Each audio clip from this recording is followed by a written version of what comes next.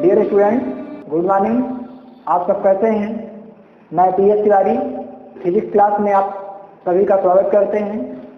आप फिजिक्स में अगर अच्छे नंबर लाने चाहते हैं, बोर्ड एग्जाम में 95% और अपने आप को अगर कमज़ोर समझते हैं तो आप हमारे साथ कंटिन्यू बने रहिए। प्रत्येक वीडियो को आप एक बार दो बार जब टाइम खाली हो तब आप उसको बार बार देखने का प्रयास करें। अगर आप हमारे साथ कंटिन्यू रहेंगे, पूरी जितना आपको मैं बता रहा हूँ, कौन सा इंपॉर्टेंस है, कौन सा वेरी इंपॉर्टेंस है, कौन सा पिछले क्वेश्चन पेपर में आया था, कौन सा 2021 वाले पेपर में आ सकता है, किस पार्ट से ऑब्जेक्टिव आएगा, किस पार्ट से सब्जेक्टिव आएगा, है ना। तो आपको मैं सब कुछ बता रहा हूँ, लेकिन आप उसके लिए कंटिन्यू हमारे साथ रहना होगा। प्रत्येक वीडियो को कंटिन्यू देखेंगे तब आपको समझ में आएगा। अगर आपने 2 वीडियो छोड़ के तीसरा वीडियो देखेंगे तो आपको समझ में नहीं आएगा। तो जब आप पहली बार देखें, फर्स्ट बार सीन करें, तो आप शुरू से फर्स्ट वीडियो से स्टार्ट करें, आपको सब कुछ अच्छे से समझ में आएगा। ठीक है।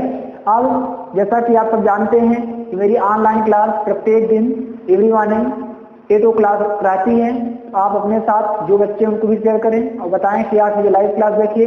देखिए, लाइव क्लास देखने में आपको अत्यधिक आनंद आता है क्योंकि हम लोग भी आपके साथ ऐड रहते हैं। ठीक है। तो लाइव लेने का प्रयास करिए। जो डाउट हो उसको हम जरूर दूर करेंगे। हम बार बार कहते हैं कि जहाँ पे आपको समझ में आए, जहाँ पे कमी हो, उसे आप कमेंट के माध्यम से हमें बताएं। ठीक है। तो जैसा कि आप जानते हैं, कल का हमारा जो टॉपिक था अक्षीय स्थित इंडियन पोजीशन था। आज का हमारा टॉपिक है पुनः निरक्षीय स्थित। तो हमने जो पहले पढ़ा था निरक्षीय स्थित, वो था विद्युत क्षेत्र की तीव्रता के लिए। जो आज पढ़ेंगे यह है विद्युत विभव के लिए निरक्षीय स्थित। ठीक है। देखिए, डिफरेंस तो कल ही बताए थे कि तीव्रता वाले हम क्या यूज करते हैं, E1, इसमें E1 के स्थान पे V1, उसमें यूज करते हैं E2, इसमें यूज करते हैं V2, उसमें यूज करते थे E, इसमें यूज करेंगे V। यानी डिफरेंस सिस्टम ये है कि E को V में कन्वर्ट कर दिया है। वहां पे इलेक्ट्रिक फील्ड इंटेंसिटी थी, यहाँ पे आपका पोटेंशियल है। ठीक है। बाकी सब कुछ सेम, जो आपका टॉपिक वही रहेगा, थ्योरी भी आपका लगभग समथिंग वही रहेगा। और आप सबसे पहले इसका डायग्राम बनाइए, फिर इसको हम समझने का प्रयास करते हैं। तो सबसे पहले हम क्या करते हैं कि एक इलेक्ट्रिक डायपोल लेते हैं। माना यहाँ पे मान सकते हैं कि माना ए भी एक इलेक्ट्रिक डायपोल मोमेंट है, वैद्युत ध्रुव है। इस ए पॉइंट पे हम क्या लेते हैं, +P चार्ज लेते हैं, एंड बी पॉइंट पर क्या लेते हैं, -Q चार्ज लेते हैं। समझ में आ रहा है? यही लिखेंगे। सबसे पहले हमने क्या किया कि आपका ए भी एक वैद्युत ध्रुव है जो +Q और -Q आवेश से मिलकर बना है। अब इसका नेक्स्ट पॉइंट क्या लेते हैं, मिड पॉइंट ले लेते हैं O से A की दूरी L और O से B की दूरी L। इन दोनों के बीच जो डिस्टेंस होगा, O से A के बीच डिस्टेंस L होगा एंड O से B के बीच डिस्टेंस L होगा। अब आप जब देखेंगे तो टोटल डिस्टेंस दोनों के बीच का डिस्टेंस क्या हो जाएगा, 2L हो जाएगा। समझ पा रहे हैं? अब पॉइंट O से R डिस्टेंस पर एक बिंदु P है। इस बिंदु P पर हम क्या करेंगे कि विद्युत विभव की गणना करते हैं। तो पॉइंट P को पॉइंट B से और पॉइंट A से मिला दीजिए। मिलाएंगे तो दोनों सेम आएंगे, छोटा बड़ा नहीं आएंगे। आपका बिल्कुल इक्विलेटरल ट्रायंगल बन जाएगा, साथ दीवार त्रिभुज लगेगा। ठीक है। डायग्राम समझ के हमने क्या क्या किया। सबसे पहले हमने ए भी एक वैद्युत ध्रुव लिया, इलेक्ट्रिक डायपोल मोमेंट। इसका मिड पॉइंट O लिया, O से एक डिस्टेंस L, O से B की distance L, L + L will be equal to L। A पर +P चार्ज, B पर -Q चार्ज, O से R दूरी पर एक बिंदु P जिस पर विद्युत विभव की गणना करनी है। और इसके बीच हम एक माध्यम भी लेंगे कि ए बी के बीच क्या लेंगे, एक माध्यम के लेंगे। अब आप ध्यान दीजिए, जैसे जैसे हमने थ्योरी कल लिखा था वही थ्योरी हम आज भी लिखेंगे। तो क्या लिखेंगे, देखिए लिखेंगे माना ए बी एक वैद्युत ध्रुव है। यहाँ लिख लीजिए व्यंजक में, ये आपका डेरिवेशन है। माना ए बी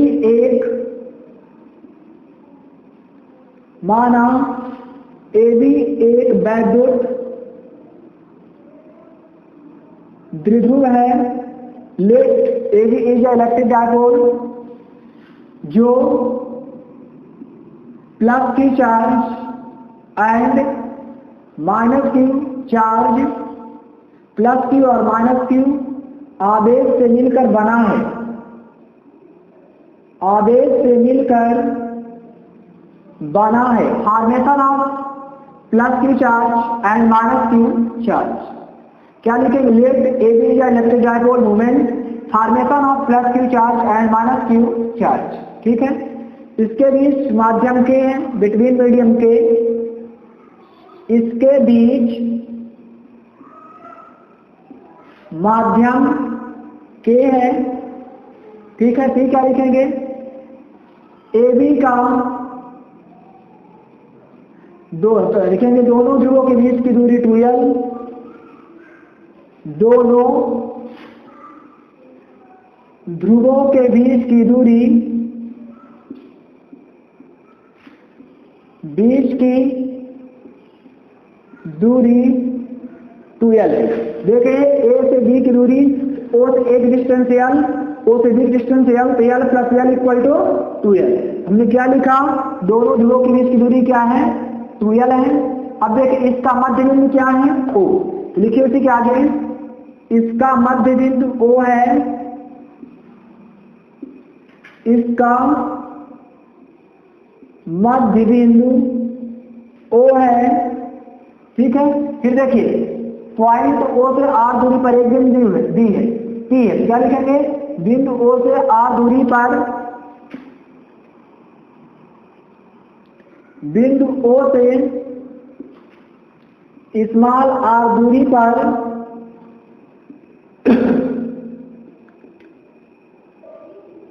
एक बिंदु P है, जिस पर हमें विभव की गणना करनी है, जिस पर हमें विभव की गणना करनी है, विभव की गणना करनी है। समझ पा रहे हैं? हमने जो जो डायग्राम बनाया था वही हमने लिखा, एक बार फिर से थोड़ा स्पीड में देखिए। माना AB एक वैद्युत द्विध्रुव है जो प्लस Q और माइनस Q आवेशों से मिलकर बना है। इसके बीच का माध्यम K है, जिनके बीच की दूरी 2L है। इसका मध्य बिंदु O है, मध्य बिंदु O से R दूरी पर एक बिंदु P है, जिस पर हमें विद्युत विभव की गणना करनी है। यहाँ तक आप डायग्राम बनाइए, इसको लिखिए, तुरंत आपको इसमें टाइम दे रहे हैं, फिर इसके आगे अपन कराते हैं मैथमेटिकल। इसका ये बहुत ही मोस्ट टॉपिक है भी आपके एग्जाम के हिसाब से है, तो इसको आप अच्छे से देखिएगा और तुरंत कीजिए। ये टॉपिक इजी है, उसके अपेक्षा ज्यादा डिफिकल्ट टॉपिक आपका नहीं है। हो गया यहाँ तक सभी का? चलिए इसको रेस्ट कर देते हैं। अगर नहीं किए तो वीडियो को पॉज करके आप देखते रहिए, लिखते रहिए। अब देखिए अपन क्या करेंगे, जैसे कल किए थे प्रोसेस वही रहेगी। तो अपन कल क्या किए थे कि लिखे थे प्लस Q आवेश के कारण, लिखिए प्लस Q आवेश के कारण बिंदु P पर विभव, प्लस Q आवेश के कारण due to positive charges, Q आवेश के कारण बिंदु P पर विभव, पोटेंशियल है पॉइंट P, बिंदु P पर विभव, तो क्या हो जाएगा? V1 equal to 1/4 pi epsilon naught into K into Q/AP। क्या इसमें किसी को डाउट है? नहीं होगा। देखिए कैसे आया तो आपको बता चुके। देखिए इलेक्ट्रिक फील्ड इंटेंसिटी फार्मूला होता है E equal to 1/4 pi epsilon naught into Q/R² होता है। हमने कल बताया था कि यहाँ हमने R² स्क्वायर करने के बता दिए थे, क्योंकि यह इनवर्सिटी क्वेश्चन का पालन नहीं करता। फिर यहाँ पे हमने K क्यों लिया? तो उसमें नहीं था, क्योंकि दोनों के बीच माध्यम क्या रखे? हमने K रखा है, इसलिए इस फार्मूले में क्या रख दिया? K। और पोटेंशियल हमने क्या रखा? P की जगह में V रख दिया। ओके, अब अपन इसको आगे सॉल्व करें तो कोई मतलब नहीं है सॉल्व करने से, क्योंकि क्या हो जाएगा? इसका रिजल्ट लास्ट में 0 आएगा। इसलिए अपन इसको सॉल्व आप चाहें तो कर सकते हैं। AP को क्या लिख सकते हैं, OP माइनस OA, फिर कर देंगे R माइनस L, लेकिन इसको सॉल्व करने से कोई मतलब नहीं बता रहे हैं क्योंकि लास्ट रिजल्ट इसका मिल जाएगा 0, इसलिए हम इसको सॉल्व नहीं कर रहे हैं। जैसे बाकी आपने किया है इसको नहीं करेंगे, इसको आप मान सकते हैं लेट इक्वेशन नंबर फर्स्ट। फिर आप बताइए क्या करेंगे आगे, जैसे कल पढ़ेंगे, बताइए क्या करते हैं। तो प्लस क्यू आवेश के बाद अपन क्या करते हैं, माइनस क्यू आवेश लेते हैं। तो अब लिखिए माइनस क्यू आवेश के कारण बिंदु P पर विभव, क्या लिखेंगे यहाँ पे, माइनस क्यू आवेश के कारण due to minus Q charge, Q आवेश के कारण बिंदु P पर विभव एट पॉइंट P पोटेंशियल, बिंदु P पर विभव। देखिए हमने प्लस क्यू में क्या माना V1, माइनस क्यू क्या हो जाएगा V2, तो क्या हो जाएगा V2 will be equal 1/4 pi epsilon naught into के, अच्छा बड़े हैं ना, छोटे नहीं है, इंटू, अब देखिए विभव के लिए तो क्या हो जाएगा माइनस क्यू अपॉन dp, समझ रहे हैं। इसमें पॉजिटिव था, इसमें नेगेटिव, कल बताया था क्यों होता है, दोनों में माध्यम क्या है, हमने के रखा है, इसलिए माध्यम क्या हो गए आपके के हो गए, ठीक है। अब आप चाहें तो इसको AP को OP माइनस OA के फॉर्म में सेट कर लें तो R माइनस हो जाएगा, BP को आप OP प्लस OB फॉर्म में सेट कर ले तो R प्लस हो जाएगा, लेकिन सॉल्व करेंगे कोई लॉन्ग करने की आवश्यकता नहीं है क्योंकि रिजल्ट आपको क्या मिलेगा, 0 मिलेगा। जब रिजल्ट 0 हो तो ज्यादा आपको एक्सप्लेन करने की आवश्यकता नहीं है, ठीक है। तो यहाँ तक नोट करिए, इसको नोट हो गया यहाँ तक सभी का, अगर नोट हो गया हो तो आगे लिखिए, विभव एक अदिश राशि है,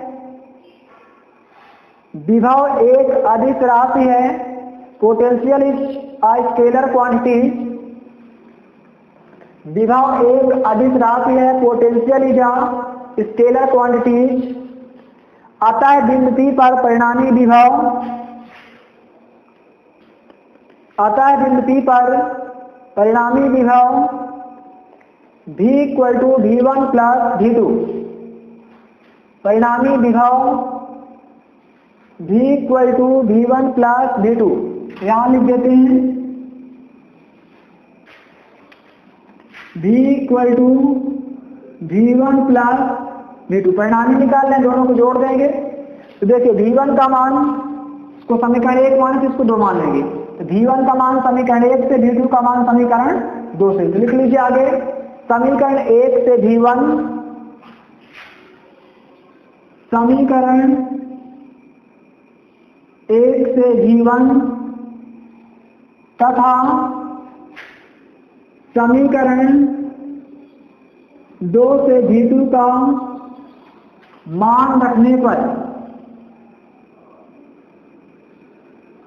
V2 का मान रखने पर, मतलब हम क्या करेंगे, समीकरण 1 से यहाँ से V1 का मान रख देंगे और समीकरण 2 से यहाँ से V2 का मान रख देंगे, तो रखिए मान, लेकिन मान रखेंगे तो क्या हो जाएगा, V इक्वल टू V1 का मान A दिया हुआ है तो रख दीजिए 1/4 pi epsilon naught into K into Q upon AP, plus है तो प्लस, V2 का मान देखिए आप A दिया है तो हो जाएगा आपका 1/4 pi epsilon naught into K into minus Q upon BP, right. अब आप थोड़ा सा डायग्राम देखिए, क्या डायग्राम में आपको कुछ बराबर दिख रहा है, अगर दिख रहा है तो आप कमेंट करके बताएं कि बराबर क्या दिख रहा है। तो डायग्राम में देखिए आपको कुछ बराबर दिख रहा है क्या, यस या नो, अगर बराबर दिख रहा होगा तो आप इसको सॉल्व कर लीजिए, देखेंगे कि डायग्राम में यहाँ से यहाँ तक AP और ये आपका BP, तो AP और BP आपस में क्या है, बराबर है, समझ रहे हैं डायग्राम। इस डायग्राम को देखेंगे तो चित्र से क्या हो जाएगा, AP इक्वल टू BP, यहाँ से यहाँ तक AP और यहाँ से यहाँ तक BP, समद्विभाजक त्रिभुज है, मतलब दोनों भुजा क्या होगी, बराबर, AP बराबर BP। जब AP इक्वल टू BP हो जाएगा तो हम डायग्राम को इरेज कर रहे हैं अब, और इसको अपन आगे सॉल्व करेंगे। तो क्या हो जाएगा बताइए, हो जाएगा आपका V इक्वल टू 1/4πε0 के इंटू Q/AP, ये प्लस और ये माइनस 1/4πε0 के इंटू Q/BP। पहला चीज तो बताइए कि आपको कुछ कॉमन मिल जाएगा, अगर कॉमन मिलेगा तो ले लीजिए। तो क्या कॉमन मिल जाएगा? V इक्वल टू Q/4πε0 के, क्योंकि 1/4πε0 के यहाँ पे भी है और 1/4πε0 के यहाँ पे भी है, Q भी यहाँ पे है, Q भी यहाँ पे है। जो दोनों में बोध मिलता है उसे क्या करते हैं? कॉमन ले लेते हैं। तो कॉमन लेने के बाद जो बचा तो लिख देंगे। तो यहाँ क्या बचेगा? 1/AP, क्या बचेगा यहाँ पे? 1/AP और माइनस यहाँ पे क्या बचेगा? 1/BP। इसको लिख देंगे। अब देखिए हमने चित्र में क्या देखा था? AP किसके बराबर है? किसके बराबर है? AP BP के बराबर। चित्र देख लीजिए, क्या लिखिए? किंतु या क्योंकि AP will be equal BP, मतलब आपका AP BP के बराबर है। जब AP BP के बराबर है तो अपन क्या कर देंगे? तो समझ रहे होंगे कि AP BP के बराबर है तो घटा देंगे तो उसका मान क्या हो जाएगा? 0। क्या हो जाएगा? 0। तो हो जाएगा आपका V equal to Q/4πε0 into K into हो जाएगा 0। क्यों? क्योंकि AP BP तो घट जाएगा, कट जाएगा, तो यहाँ से क्या हो जाएगा? इसका रिजल्ट 0, क्योंकि बराबर है। तो 0 हो जाएगा, इसका गुणा कर दीजिए पूरे में। जब पूरे में गुणा कर देंगे तो V इक्वल टू क्या हो जाएगा? 0, क्योंकि किसी भी संख्या में 0 को गुणा करने पर रिजल्ट क्या आता है? 0। रिजल्ट क्या आ गया? 0 आता है। इसी के आगे लिख लीजिए, आता है निरक्षीय स्थिति में, आता है, लिखिए इसी के आगे, निरक्षीय स्थिति में किसी बिंदु पर विभव का मान 0 होता है। आता है निरक्षीय स्थिति में किसी बिंदु पर विभव का मान 0 होता है। ठीक है, ये कई बार अभिव्यक्ति में आया है कि निरक्षीय स्थिति के लिए विभव का मान कितना होता है? क्या बताएंगे? 0 होता है। ठीक है, इस प्रकार से जो हमारा निरक्षीय स्थिति था तो इसका व्यंजक भी यहाँ पे कंप्लीट होता है। एक बार और मोटी मोटी लाइन समझ लीजिए कि पहला चीज क्या था इसमें, कि पहला चीज आपका हमने क्या निकाला? V1 निकाला, फिर क्या निकाला? V2 निकाला, फिर परिणामी V निकाला। तो V इक्वल टू क्या हो गया? V1 प्लस V2 हो गया। V1 का मान V2 का मान रखा, सॉल्व किया कि दोनों की कंपेयरिंग किया फिगर से। AP किसके बराबर हो गया? BP के। जब BP के बराबर हो तो रिजल्ट क्या होगा? 0। और किसी भी नंबर में 0 गुणा कर दिए तो रिजल्ट क्या आ गया? 0। V का मान क्या आ गया? 0 आ गया। तो बहुत सरल शब्दों में समझ गया हूं कि क्या क्या निकालना, V1 V2 V निकालना है, वैल्यू के रख के आपको सॉल्व कर लेना है। तो इस प्रकार से हमारा निरक्षीय सिद्धि कंप्लीट। इसी में थोड़ा सा अगर देखना चाहें देख सकते हैं, विभव को प्रभावित करने वाले कारक। जैसे अभिव्यक्ति में दे दिया कि विभव को प्रभावित करने वाले कारक कौन से हैं, इसी में थोड़ा देख लीजिए आप। विभव को प्रभावित करने वाले कारक, फैक्टर ऑफ पोटेंशियल। विभव को प्रभावित करने वाले कारक, फैक्टर ऑफ पोटेंशियल। विभव को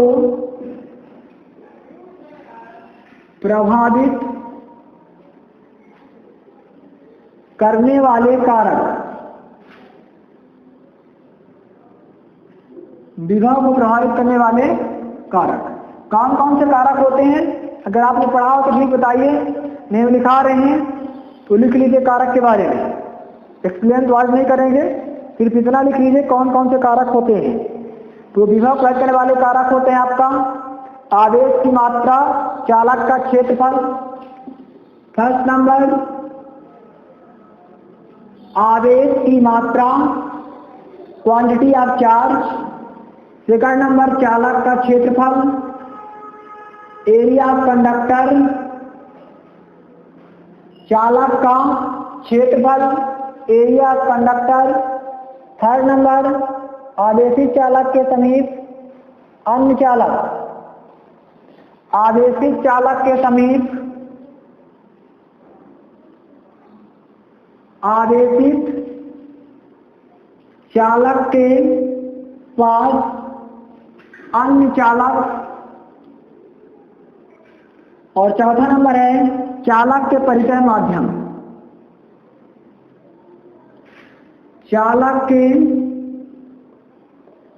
परिचय माध्यम। यहां से ऑब्जेक्टिव क्वेश्चन से क्वेश्चन क्या बनेगा कि विभव को प्रभावित करने वाले कारक निम्न में से कौन सा है। खाली स्थान दे सकता है ऑब्जेक्टिव। इन 4 फैक्टर होते हैं जो विभव को कहीं कहीं प्रभावित करते हैं, बाकी कोई फैक्टर प्रभावित नहीं करता। कौन कौन से हो गया? आवेश की मात्रा, चालक का क्षेत्रफल, आवेशित चालक के पास अन्य चालक, चालक के परिचय माध्यम। इसका डिटेल कल पढ़ेंगे, बस आज इतना ही है। ठीक है, तो मोस्ट टॉपिक हमारा क्या था? निरक्षित से। इसको आप अच्छे से पढ़िए, नोट्स बनाइए, जो डाउट हो आप क्लियर करें। ठीक है, तो आई होप कि आपको मेरा वीडियो समझ में आया होगा। पसंद अगर आ रहा है तो आप कमेंट करें और अपने दोस्तों के लिए शेयर करें। ठीक है, और आपको मिलेंगे कल नए टॉपिक के साथ। तब तक के लिए धन्यवाद। Thanks for watching video.